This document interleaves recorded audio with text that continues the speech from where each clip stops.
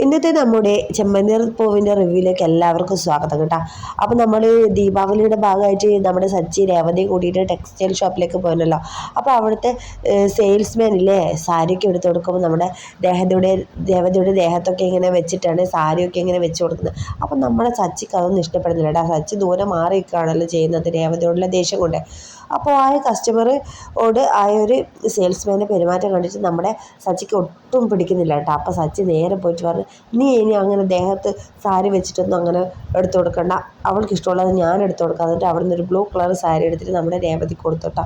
ഇന്നാ നിനക്ക് ഈ കടയിൽ എല്ലാ സാരിയും എടുത്തിട്ടിട്ട് നിനക്കൊന്നും പിടിക്കുന്നില്ല, നീ ഇതെടുത്താൽ മതി. അപ്പോൾ രേവതിക്ക് ഭയങ്കര സന്തോഷമായി. സച്ചി എടുത്താൽ സാരി ഇഷ്ടമായി എന്ന് പറഞ്ഞു കേട്ടോ. സച്ചിയുടെ ഏത് സാരി എടുത്താലും എനിക്ക് ഇഷ്ടമാണെന്ന് പറഞ്ഞു കേട്ടോ.